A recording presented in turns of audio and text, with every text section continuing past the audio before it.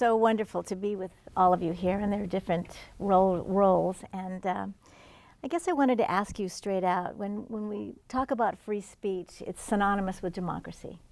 But from your different perspectives, what does free speech mean to you? Maybe Bill. You know, freedom of speech is a basic starting point for so much, but it's not only the freedom to speak, it's also providing an opportunity to speak, to providing an opportunity for voices. In public radio, we deal with voices very much, and but those perspectives, multiple perspectives, but that also means that there's a chance for the opportunity for those voices to be heard. And that also, to me, is part of freedom of speech and part of free speech. And is it the same for written media? I used to think I knew until the last 8 or 9 months or so. I mean, isn't it free speech to be able to get on your knee and protest the national anthem, and more specifically to protest the treatment of African Americans in this country, as has happened at these NFL games? I think that's free speech. Maybe I don't want to see that during a football game. And then today, I know this is going to be recorded and played later, but now we're told by the White House spokesperson that we're not allowed to ask John Kelly about a fact check, whether he got something wrong regarding a Florida congresswoman, because according to Sarah Huckabee Sanders, he's a retired 4-star general, and that somehow that's where you draw the line, even though it looks like he got something wrong. And of course, this brings up the Gold Star families and whatnot. So I used to think I knew what free speech was and how important it was. Yeah, it's enshrined in the First Amendment, but that doesn't seem to be the deal anymore, at least for some parties. And from the ACLU perspective, I mean, that's why you're in business, right? Yeah, I mean, the ACLU got started almost 100 years ago, pretty much bringing First Amendment cases, most of them dealing with free speech or freedom to assemble. And at the time, we had a very different conception of free speech. I mean, right now we have a modern view and an idea that pretty much anything is protected, that there should be access, that you have the right to record, for example, public officials. At the time, it wasn't that way, and it really took a while for us to get to where we are. We had censorship in the United States until like the late 50s. So it took a while, and now we kind of take it for granted. And for the first time, I think in a while, we're seeing attacks to freedom of speech, and kind of trying to rethink and reimagine what it means. And if we do not defend it, we could definitely backslide to where we were 60 years ago. Well, and I think that's some of the confusion or the controversy now. What does free speech mean? We defend it, we have the right for it. From a political perspective?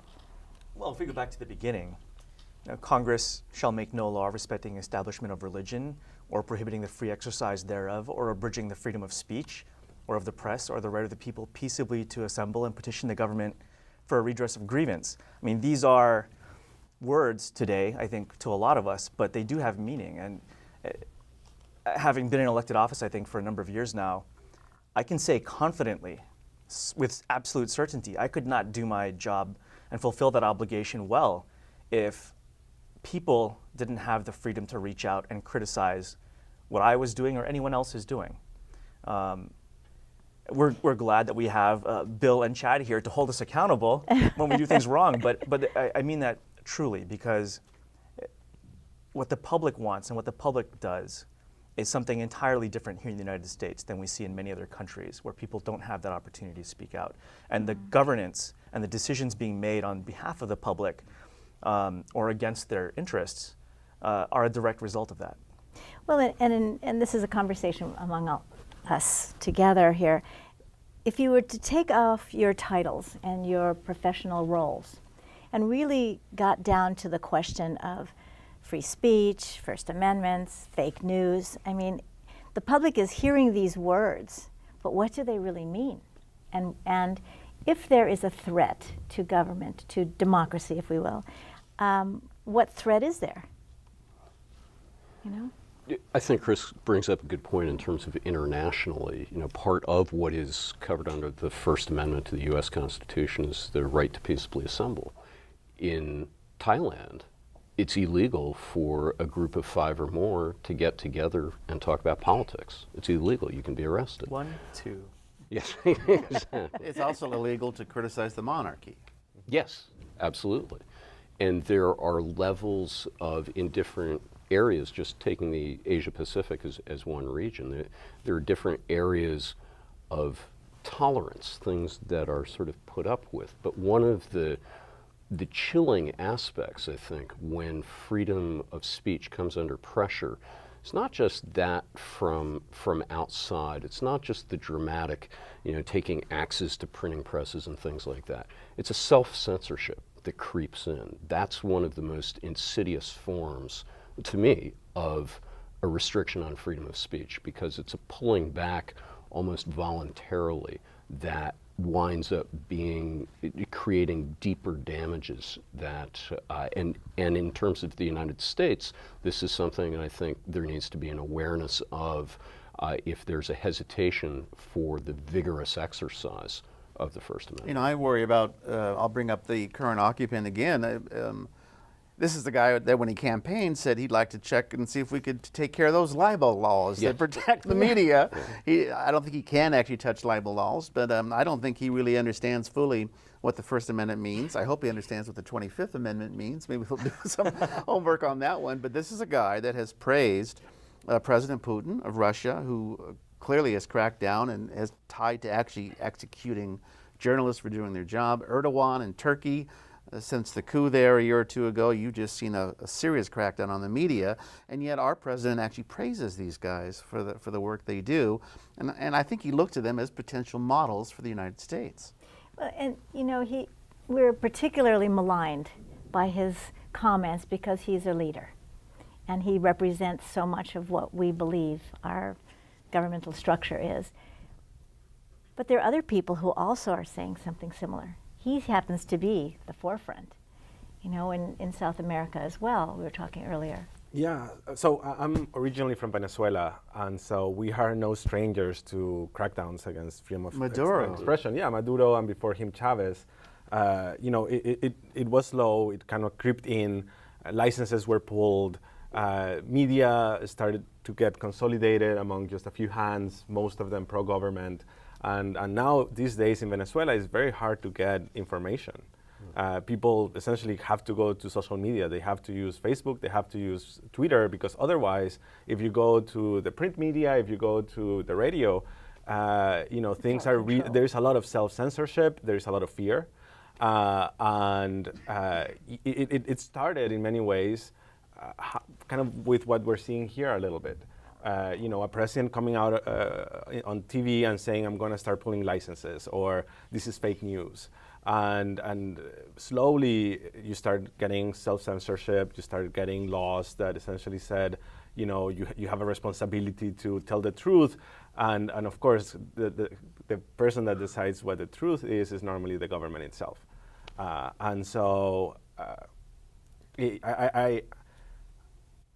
Fortunately, I think one big difference between Venezuela and the United States is our court system and how robust and how deep the constitutional law is on free speech. If you look at the first 10 amendments to the Constitution, the Bill of Rights, there is more case law under the First Amendment than pretty much any other amendment. And it includes gathering news, protesting, print media, art. So it's not going to be as easy as in other places, and we have, our courts to thank for that. So let's segue a little bit to social media, because you mentioned that gives access to those who are self-monitoring or who feel that the government is censoring. I guess I'm concerned that the public is getting scared, that they're not going to be able to listen to what they want or see what they want or say what they want. With social media and the freedom there, is that a reality? Is the fear really real? I think there's definitely an anxiety out there, which I think surfaces on social media quite a bit. And you see it, I think now more so than ever before, and especially with the transition in politics and elections in particular, from what used to be paid advertising on the networks or in the print media or on radio, now to a huge focus on social media. I think there is a question that is being raised, and I'll throw this out there for some thought. When you cannot regulate that, we don't have an effective structure to regulate that, for better or worse. And you see that now with sort of the investigation into what sort of Russian interference or political messaging went out through social media. This is something that's brand new. And I think it is raising other questions, not just of are people scared to speak out across any platform, but now is there reason to actually create a new structure to actually increase some sort of oversight or monitoring or regulation of some of the controlled speech in a political context? It's a whole other question. How do you, for example, go after a foreign entity that's running advertising, saying all kinds of crazy stuff if you can't actually track it? How do you go after a bot, a Exactly. robot? Exactly. People in Russia planning fake news on Facebook and Twitter and distorting the context of the 2016 election and perhaps influencing voters in, I don't know, Wisconsin, in Pennsylvania, what was the other state, Michigan, that Trump barely won. And this is uncontrollable because we do not regulate it. That's a very good point. Meanwhile, the president has said when NBC writes about how Trump wants to escalate the nuclear arsenal, that somehow the FCC should get involved. I mean, that's very scary. I will say, though, it's not the first time a president has tried to crack down on the media. I'm thinking of Richard Nixon. There are other examples as well. Also in terms of the marketplace of ideas, credibility is a serious currency. And that, in terms of the end user, the consumer of news and information, it's very critical in terms of awareness of where a situation in terms of use of social media by foreign governments is more difficult to track, but just in terms of the simple idea of sourcing, of tracking back information that comes across on social media or whatever medium it's delivered on, tracking that back to where that originally came from and where those facts or alleged facts came from as well. That's all part of that discussion as well, I think. I did want to step back for a second to your original question, which you asked, which I artfully dodged while I thought about it. When you think about social media and its role as a medium for communication throughout society or elections or what have you, I think the one thing that it does open up and change more than any other is that it allows us to filter what we hear. And if we don't like something or we don't care about it, it's not going to show up in our feeds regularly based on a whole number of other bots that are doing that thinking for us. And so there's a question too as to whether or not you have different kinds of speech. Ultimately, what's actually getting through to people? And does it have the same value that it once did, especially when it comes to influencing decisions being made by our government and in our lives as a whole? And actually, I was going to go there. I'm sorry, Chad. No, I just want to build on what Chris said. What's happening, and I think everybody knows this on this panel, certainly the people watching out there, too much of us want to hear news that is the news that we want to hear. We want to have confirmation bias. If you watch Fox or you watch MSNBC, not to cast the two in the same light, but one could make an argument there, the left and the right, you're only going to get the news that you think is true and is out there. And of course, that limits your ability to consider other points of view. And then suddenly you're looking at the Washington Post and the New York Times and the Wall Street Journal, all three very reputable newspapers that still drive the bulk of news in this country. Yes, they also have editorial pages that have their own biases, but they are good news sources. But if you can't distinguish between those and, Breitbart and InfoWars, because they've got a web page, they've got public figures, they've got a Facebook and a Twitter account. That's what I'm really worried about is the American public. Many of them are not able to distinguish the difference. And that scares the hell out of me. Well, and that's where I was going to go with the next question, and with regards to generations. You had mentioned we grew up in some of us grew up where we could rely upon the, quote, truthfulness or the factualness of the information we received. This younger generation, younger than you even. It's truthiness now. Truthiness? Yes, indeed. How are the 20-year-olds that we're hoping are voting, right? And even the early 30s, do they condone this? I mean, and I don't know what's right or left anymore. Exactly what you said. There are these stations that we and print material that we also read. How do you discern? I worry more about what's right or wrong rather than right or left, and I'm fearing that there is a problem. I'm glad you brought this up. I was just at a Online News Association conference in Washington, D.C., and Civil Beat sent a whole bunch of people. And there was a panel with distinguished people from PBS, NPR, Bill, you'll be glad to hear that, and ESPN, and they were terrific. And then someone in their 20s, a millennial, got up and asked a question. Mind you, this is a journalism conference online. And she said, is it okay to have 2 Twitter accounts? One of them is the official Twitter account that I work for this organization, and the other one I use to express my own opinions. And all 3 people, ESPN, PBS, NPR, said no, you cannot, and mind you, this is from a journalistic point of view, you should not be using your Twitter feed to say, I don't like Barack Obama, or I don't like Donald Trump, or whatever the case is. You've got to be very careful, because in this day and age, people will take that, and nothing really dies on the internet. You can use it, and it'll be used against you. But from her point of view, from her generation, it's okay to be, it's expected to be, oh, here's how I feel about this, how I feel about that. And that is a different way of looking at things. And so doesn't that impact even your work?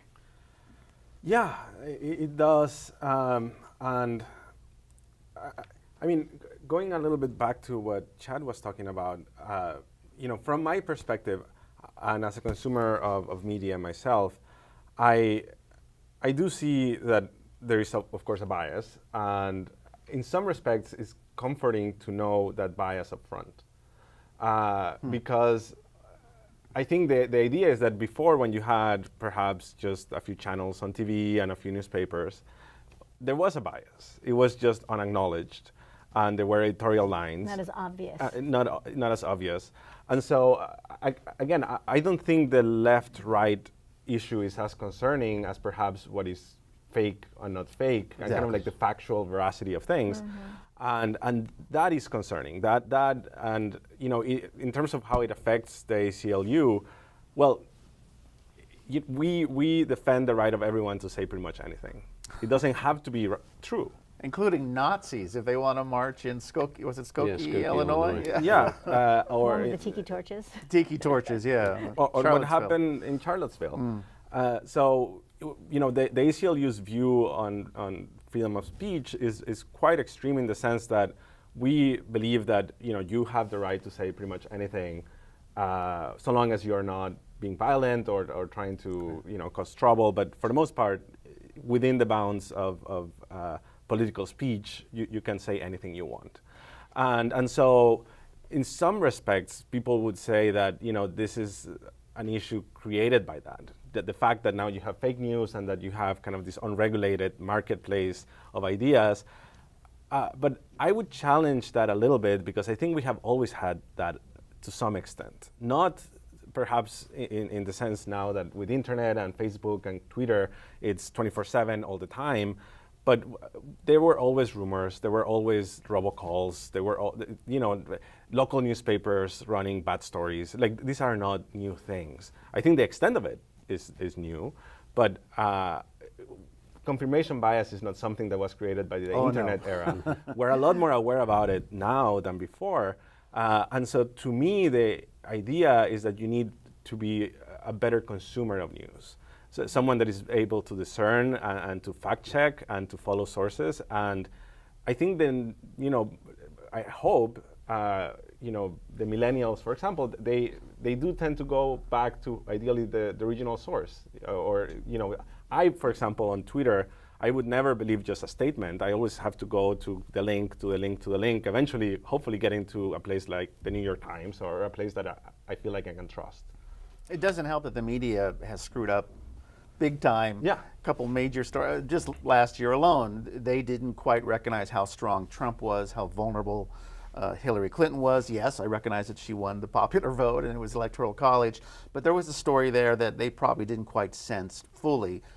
Think of the Iraq War, the buildup, buying the argument that there are weapons of mass destruction. I will say this, the mainstream media did apologize for that and did correct it, and that's one thing that I think media does well. But when you get something wrong, Well, that only just helps someone like Trump or anyone else calling fake news to see, there they go again.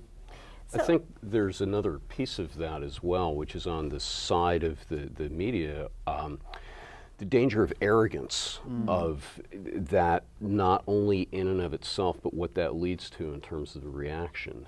If you look at statistics in terms of people getting how people get their news, social media is playing more of a role, but also very specifically social media contacts by your friends, by your group. So it's, oh, did you see this? Rather than going and finding something out independently, there's a dependence on a group.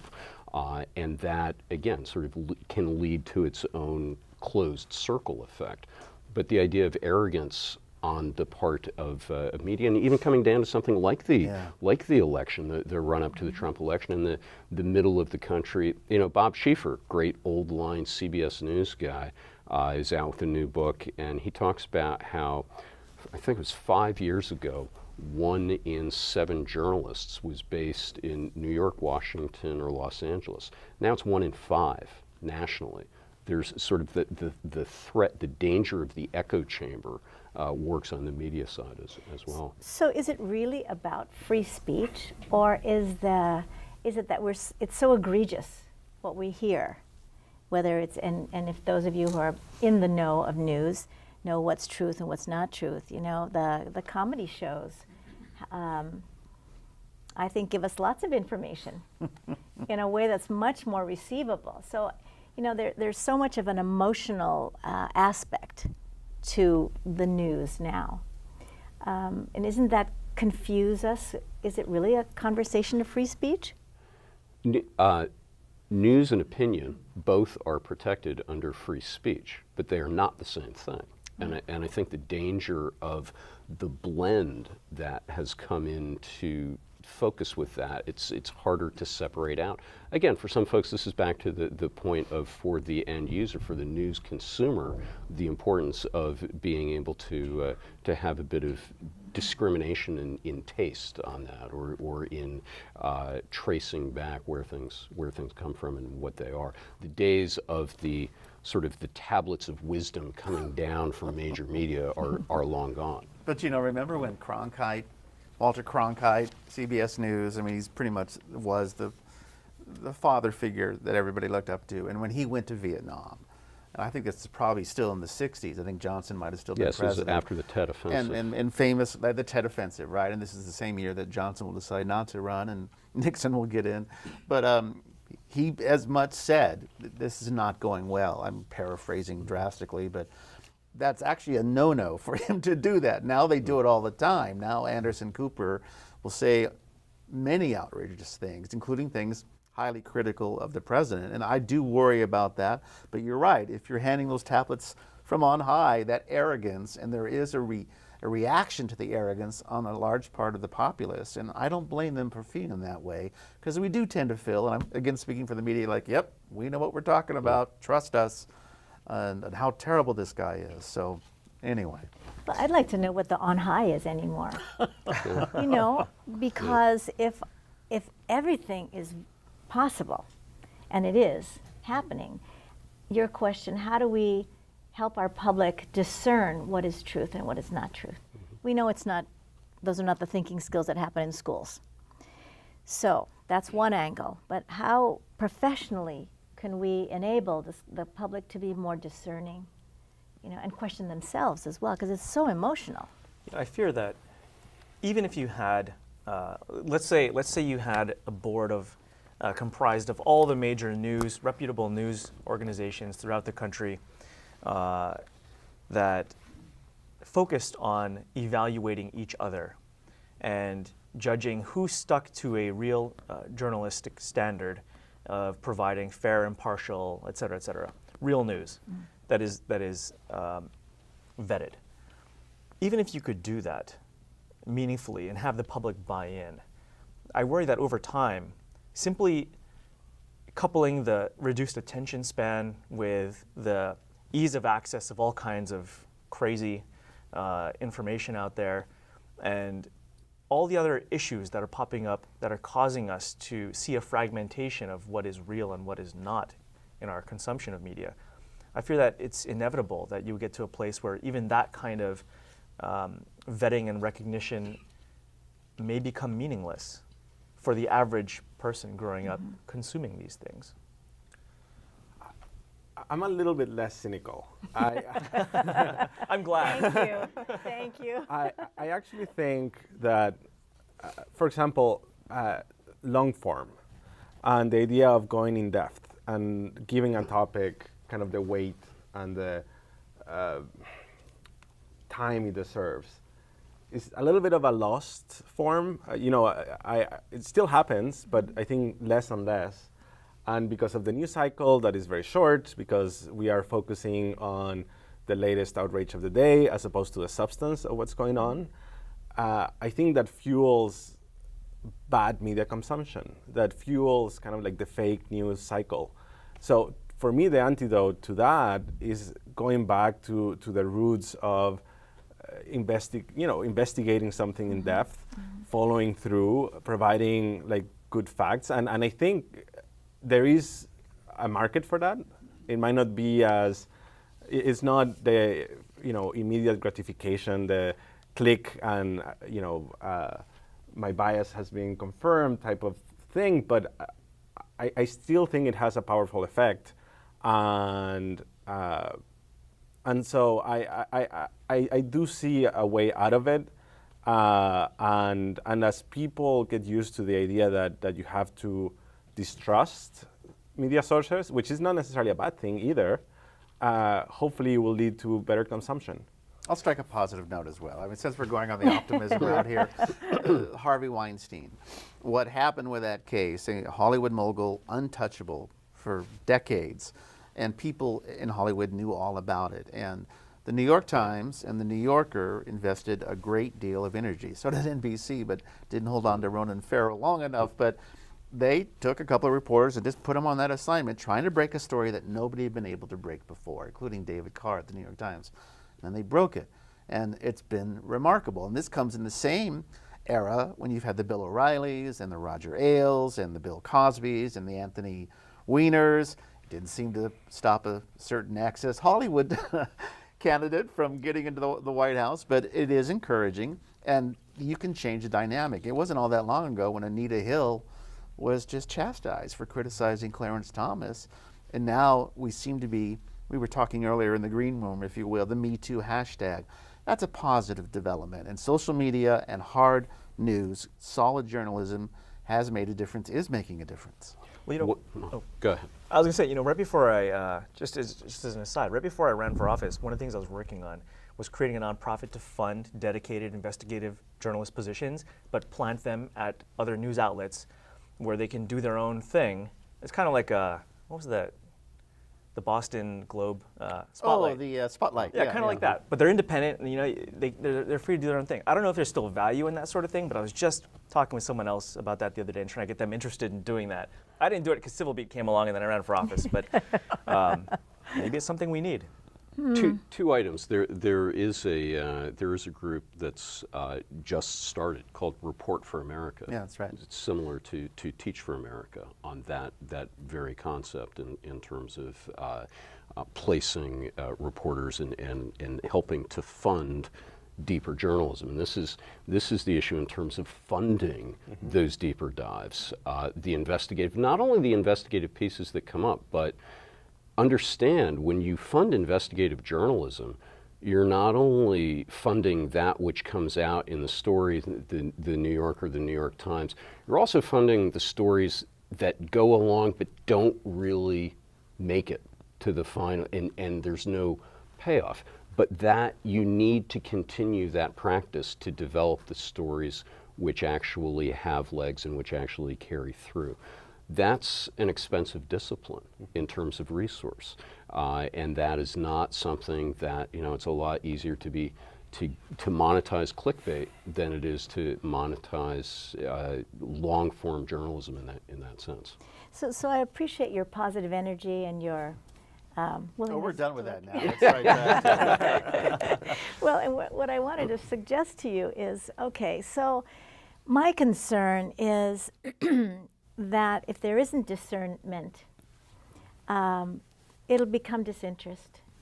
And the misinformation, whether it becomes information or fact, is going to further disenfranchise people from being involved in the process. The political process, the civic action process, and it goes far beyond voting. Do you have or I should say, what would be your professional responsibility to bring to light that the civil engagement, the civic engagement, that is what democracy is about?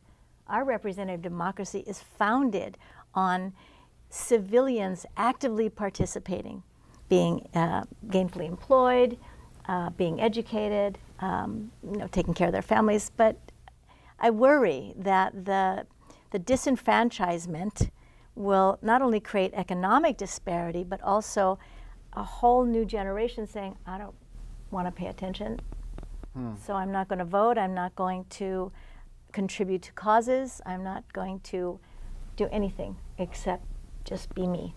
One antidote to that is not so much the abstract, but the specific, not the idea of freedom of speech, but in a case, and whether that's a Harvey Weinstein case, whether that's other stories that locally that touch people that they care about, that they get passionate about, that they want to be involved with, and whether that's issues of community activism based on a specific, in your area, this public access area is going away, or this development is coming in unless there is opposition, something that is specific that can spark that involvement, spark that engagement actually in the civic process. So then it's not just a civics class exercise, it's walking through, this is how this goes. This is how you testify before the legislature. This is how the committees put together their hearings. This is how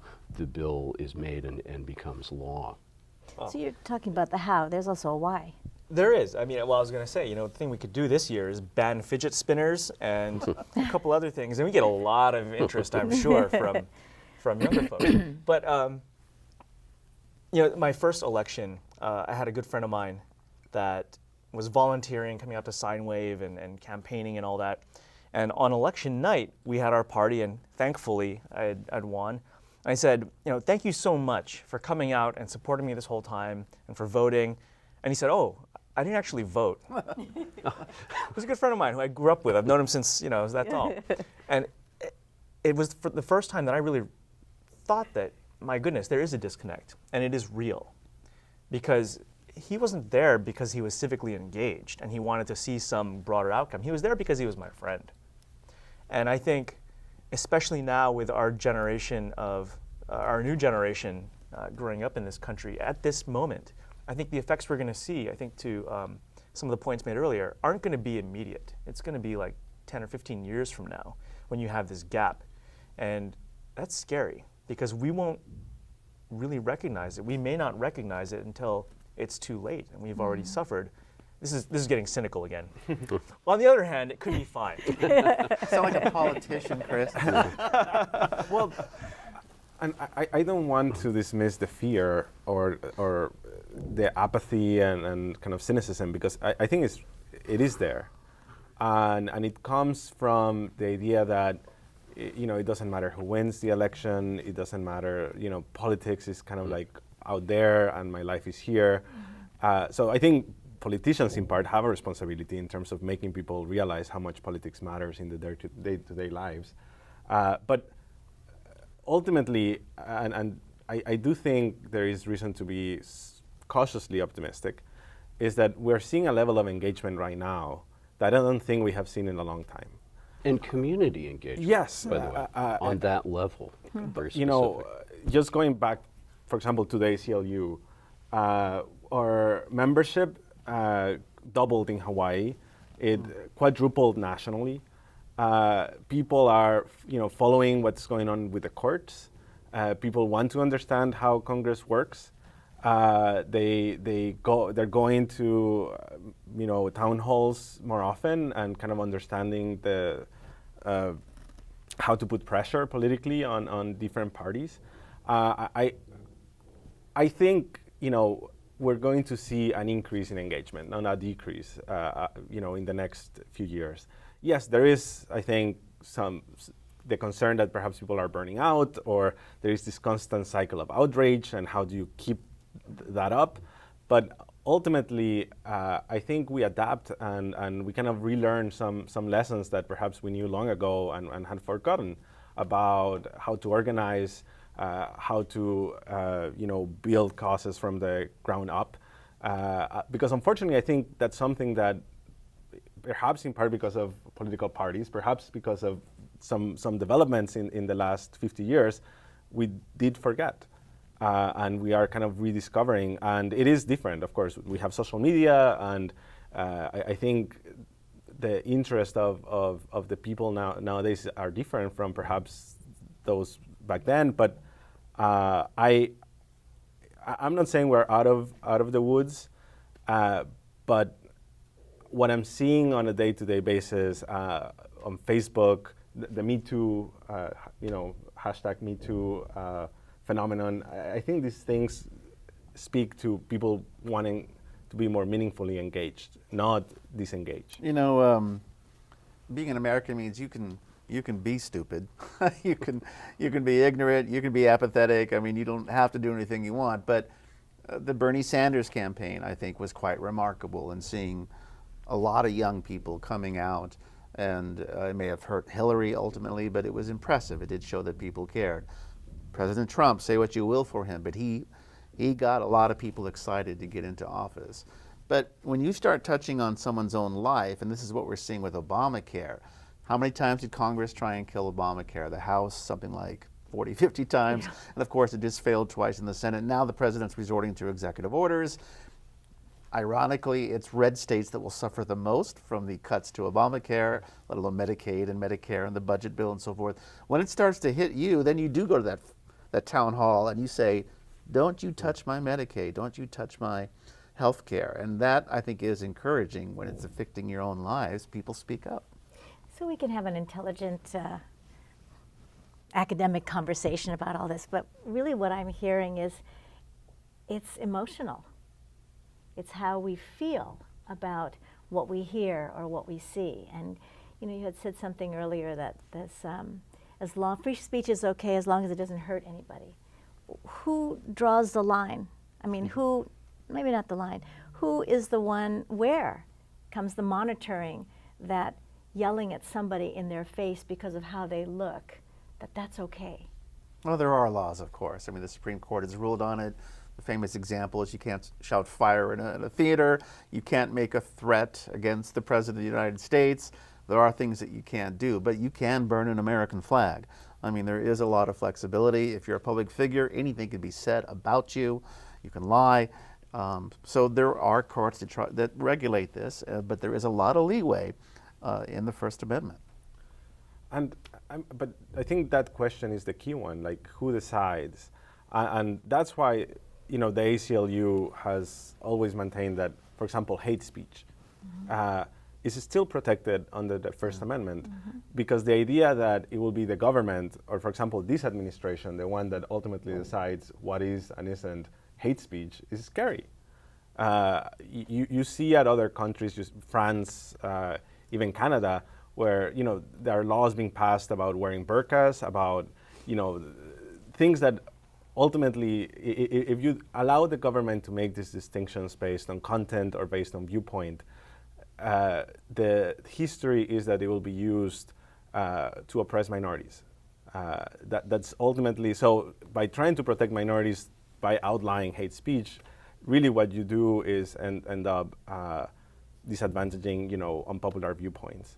And I think that actually also goes to your previous point about the importance of the court system in the United States as a backstop against that, so that it is not a political and a party definition or choice, but it is something that comes up through case law, which is much more difficult in terms of change, and comes back to the basic grounding of the Constitution. Not that the courts always get it right. I mean, the leading candidate for the U.S. Stressful. Senate from Alabama is the former Supreme Court justice in that state, who erected a statue of the 10 Amendments.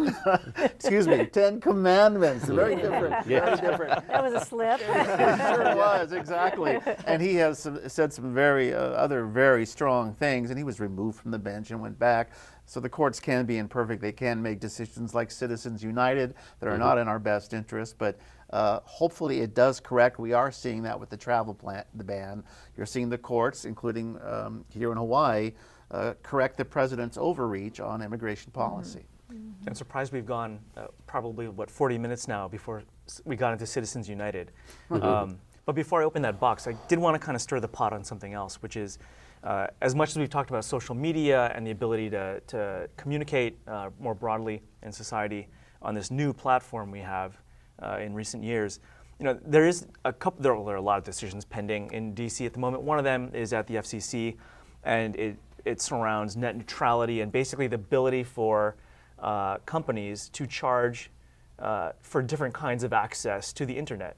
And because the internet is that medium on which you have all different kinds of speech, it raises a question. Can you, as a provider of that service, as a large corporation providing access to this medium, limit the kinds of speech that you have access to by pricing you out of it or other means?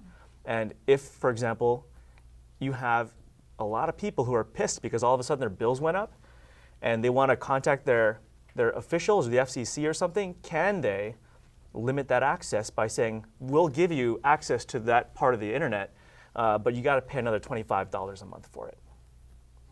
There was a recent article, and Bill, you probably could relate to this.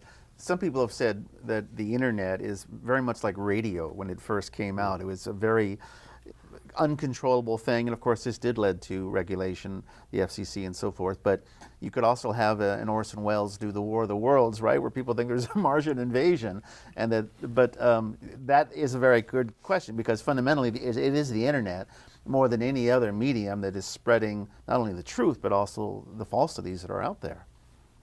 So we've talked about and around about the First Amendment rights, free speech, what that means, and the so what implications. What's now what? What happens now? I mean, okay, maybe we've alerted the Department of Education that perhaps there needs to be teacher in service training with regards to more analytical skills or discernment or media literacy. But in terms of what the public can do, because I get the sense that people are either not listening, not reading, not doing anything because it feels so bad whenever we see something we don't like. And that's not good either, that they're not aware. What happens now? Well, I don't know. I don't think anybody really knows. We're in such an unusual time. I mean, everyone thinks their time is unusual and special. This one is very, very unique, very special. What has happened in the last 18 months is, it's very hard to, we can look at other periods in American history, let alone world history. It's just evolving so quickly, and because of the news cycle, because of the 24/7 media, everything, it's happening so rapidly, and yesterday's crisis is immediately forgot. Whatever Trump was tweeting, he's on to something else. And you got to give him some credit. He understands social media. He knows how to use it, and he knows how to manipulate it. I do think people are starting to get it. There's a number of print journalism outlets that are starting to say, do you notice how whenever something bad happens to Trump, he changes the topic by bringing up something even more outrageous? You're seeing that more and more. You are seeing people actually fact-checking and publishing and saying that's a lie. You're even seeing the New York Times use the word lie in a headline, although being very careful about how they couch that. The New York Times and the Washington Post have seen an increase in their subscriptions. I think that is very encouraging, but I think it's evolving, and I can't quite say where it's all going to shake out. Does Hawaii have a role? We were front and center with this immigration issue, and the fact that our former president is one of us, and he's in the news. But do we have a role to play in leadership? I think we do. I think Hawaii is one of those few states right now that is sort of a microcosm of national politics, yet at the same time far enough removed that we can have an objective step back look at this in a way that states like California or New York or certainly some others cannot. And I think what that means for us is that we have an opportunity, and this is true, I think, of not just any one policy, but whether it's climate, education, healthcare, all this stuff, we can actually change things here because our politics allows for it. Not that we're Democratic or Republican, left or right, but that we have, I think, a working collegial environment politically that's far enough removed from DC that allows for that. The second thing I'd note, just with respect to some of the comments we get from the public, I think, while there are certainly people frustrated about all the news that we're seeing out of the East Coast on a regular basis, people still here, because of that distance, I think, are focused on the regular stuff, the potholes in front of my house, and why are my kids going to schools that don't have good enough lunches, and all those sorts of things. And I think there's opportunity there.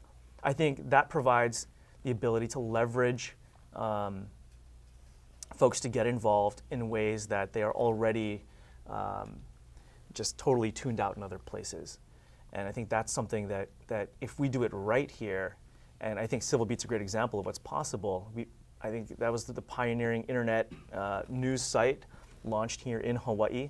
Civilbeat.org, I think you mean. Eastern.com. Well, and we're an island in the Pacific, right? Somewhere Yeah, in the according to water. Jeff It's a big ocean. It's a very big ocean, very big.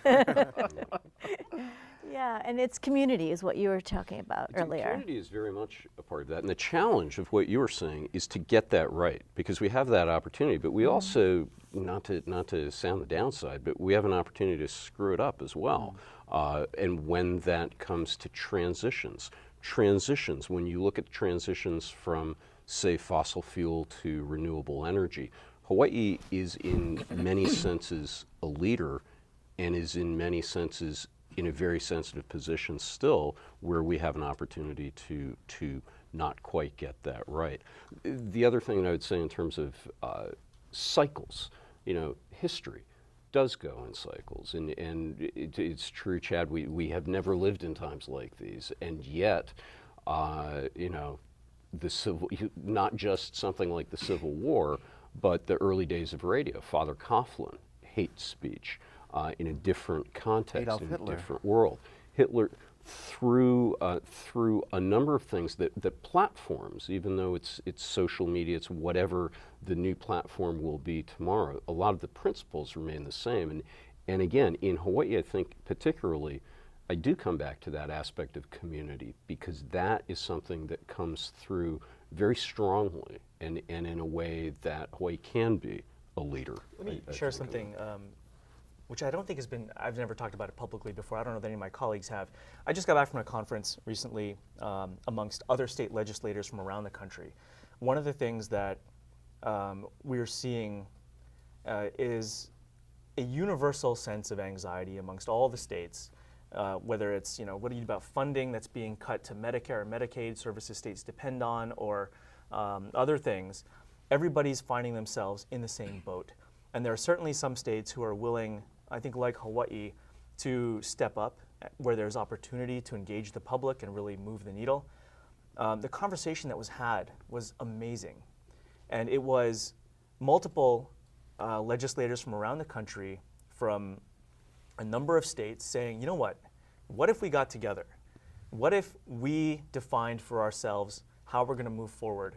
If it comes to healthcare, let's pool our resources and provide for all of us.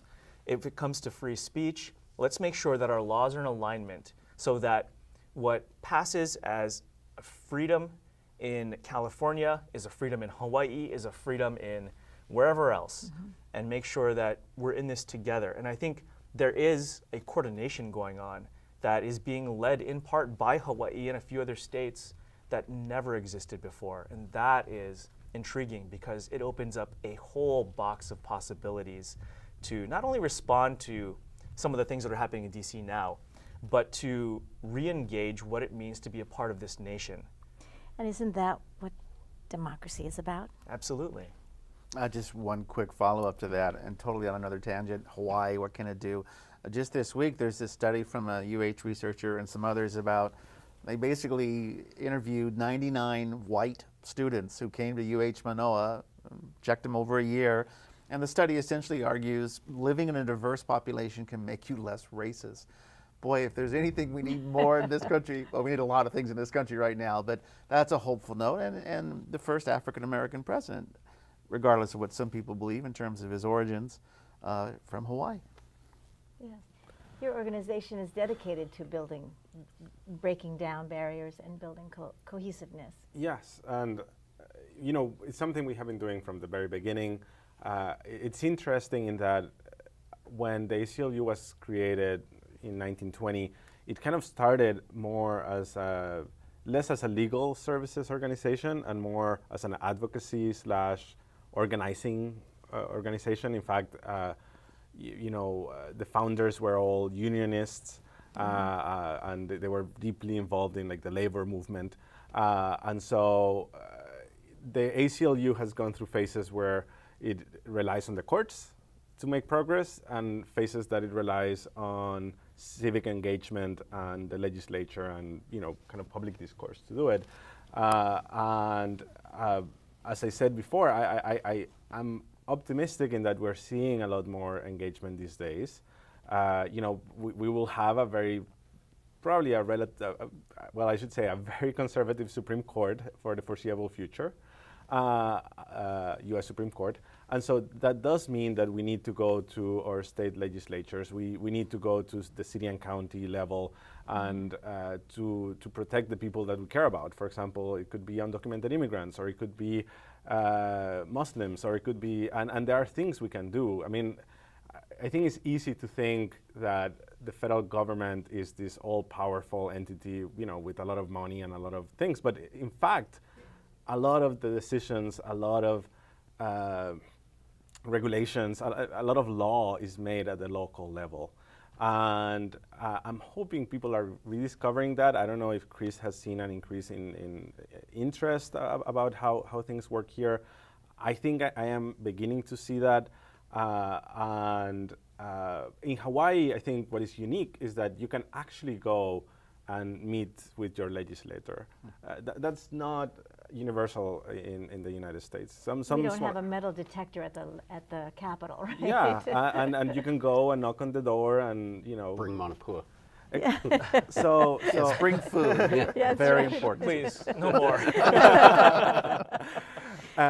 So I do think we have a role to play in terms of reimagining that, and going back to social media, going back to new forms of organizing. There will be ways to get the people engaged. It might not be the same way 50 years ago, but I think it is happening. And there's, I go back to the idea that the reason people are cynical and disengaged is because they actually have higher expectations. They want Which is not necessarily a bad thing. No, they want politics to matter. Mm-hmm. They want. One of your questions was about how emotional some of these discourses are, but we shouldn't shy away from the idea that values matter, and that you can have a discussion about, different values, and acknowledging that, that's part of the debate, the political debate. It's not just technocratic. It's not just about, facts and figures, but it's actually about, is healthcare a right or not? And those can be value conversations. So as we wrap up this particular conversation for today, any thoughts, because we've come full circle, right? We looked at what is free speech, and took a little emotional dips, came back. Your closing thoughts? I'd close by, I think, reiterating, what everybody else has spoken to throughout, by saying the short term, the long term, there's a lot going on, but the one thing we can do is education, and building into our both public and private education a focus on civic engagement and critical thought to be able to analyze what it is that we're consuming. And I think we've, perhaps focusing on STEM and other things, lost that a little bit but this is absolutely the time to re-engage and through forward thinking, try and figure out how we can communicate that in a way that will empower our next generation to be able to see through some of the things that perhaps we're not today. Did your friend register to vote? I'm going to text him right after this to make sure. Thank you. Bill? Yeah, community involvement is key in a level also of impact and passion. You generate passion by touching something that matters to people. And in the media, we can't be above that and pretend that we're playing on some ethereal level. It's got to matter to people. It's got to have impact. But I do have confidence that whether it's the ACLU, whether it's for us, public media, public radio stations around the country actually have seen over the last year an increase, generally speaking, in terms of support from listeners. Super. Because it's people making choices saying, this matters, this is of value, this does have impact. And I trust you. And I trust you. Right? Yeah. Oh, me. Yes. Closing thought. I'm trying to do this every day. I've said a lot of tough things about Trump today. I recognize that. Try and I'm trying really hard. Try and understand the other person's point of view, and that includes Trump. And remember, 30% of the voters in Hawaii voted for Donald Trump for president. And they also voted for Bernie Sanders over Hillary Clinton. But read an opinion piece that's not something you don't normally come across. Watch Fox News. Look at Breitbart. Just check it out. Try and understand where they're coming from. And hopefully they will try and do that. That may seem a little pie in the sky, but I think it does help to help. We are human. We're people. Trump may be the devil in some people's minds, but he's also a father and a husband. And I'm trying to understand that from the humanity point of view. Very hard. I was very inarticulate, but try and understand the other side. Well, and what I hear you all saying is that we have to trust ourselves individually too. Become informed, of course, get engaged. But in the final analysis, it reflects who we are individually, how we react to somebody else on the outside, whether it's fear or encouragement. So I want to thank you very much, for spending the time and reminding us that really it is about who we are that makes the difference, whether it's Hawaii or the nation and in whatever professional field. So thank you. Thanks, Lila. Thank you so much. It was great. Thank you. And thank you, audience, very much for your support. We could feel you out there, wanting to know more and what shall we do. And I think our guests really had some great ideas on what you might do individually in your communities and in your constituencies. So I hope that you leave inspired as well today.